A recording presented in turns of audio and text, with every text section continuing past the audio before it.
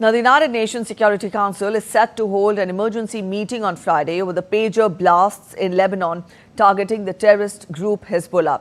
Slovenia's UN Ambassador Samuel Zogar, president of the 15-member council for September, said that the meeting was requested by Algeria on behalf of Arab states. Earlier, UN Secretary General Antonio Guterres warned that the pager blasts targeting Hezbollah indicate a serious attack of a dramatic escalation in Lebanon, and everything must be done to avoid that escalation.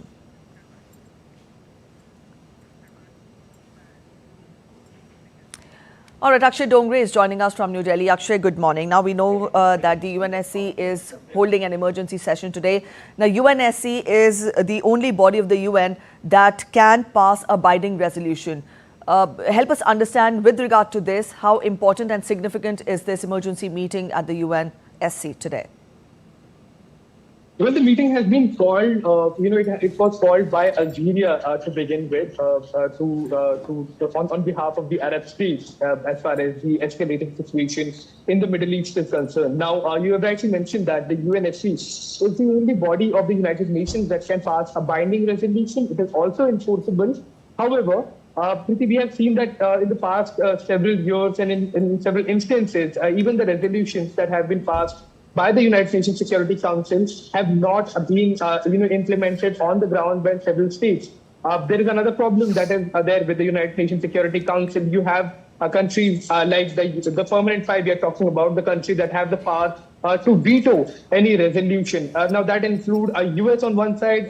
With US there will be United Kingdom and France. However, on the other hand, you will also have Russia and China, who are also permanent members of the United Nations Security Council. And unless all the 5 states permanent members can come to consensus and they pass a resolution together, it cannot go through and it cannot be made into a resolution. If a consensus is not made, then the United Nations Security Council can pass a consensus that is not binding in nature. So that practically means nothing if a UNSC resolution that is not binding that has been passed. So that is going to be one of the key challenges for the countries, especially the Arab states that have called for this. That had rather demanded for this United Nations Security Council emergency meeting. And despite the effort of the emergency meeting, if a resolution that is binding in nature with the consensus of all permanent members is passed, then it seems that status quo will remain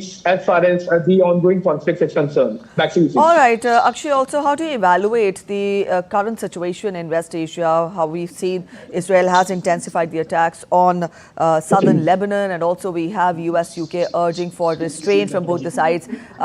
What are the spilling effects, or for that matter, how do we see the conflict in the West Asia shaping up in the future? Well, there are very clear signs to see that the gravity of this conflict is moving from south of Israel to north of Israel. Now, what I mean by south and north is the fact that in the southern border, you have Gaza. In the southern border, you also have Egypt there on the borders of Israel. However, the conflict was usually was rather, as far as the last 1 year is concerned, was centered around the southern border, with operations by Israel taking place in Gaza. However, now with the recent, exchanges between Israeli defense forces and Hezbollah working from Lebanon, which is on the northern border of Israel, the gravity of war, as it has been said by the defense minister of Israel as well, that it is shifting towards the northern sides of the country, which can be devastating in nature as far as the area of West Asia is concerned.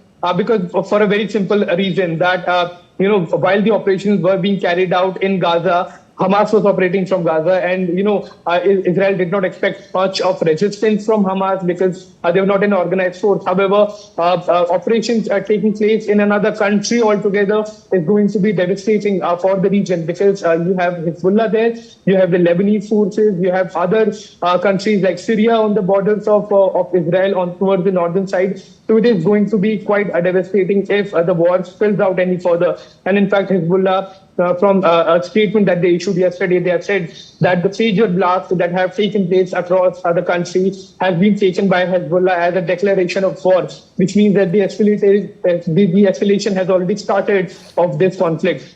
Now, it remains to be seen that whether these demands of ceasefire by the UK, the United States, will have any impact on the operations being carried out by Israel, because we have seen that US has been, especially under the Biden administration, has been urging for a ceasefire. They have been calling on certain occasions for ceasefires. However, it has not been implemented on the ground. Nothing has been implemented that the United Nations have said so far. So the actual relevance of the United Nations and the United Nations Security Council as it is right now is also under question. All right, Akshay, we'll leave it here. Thank you so much for joining in with those details.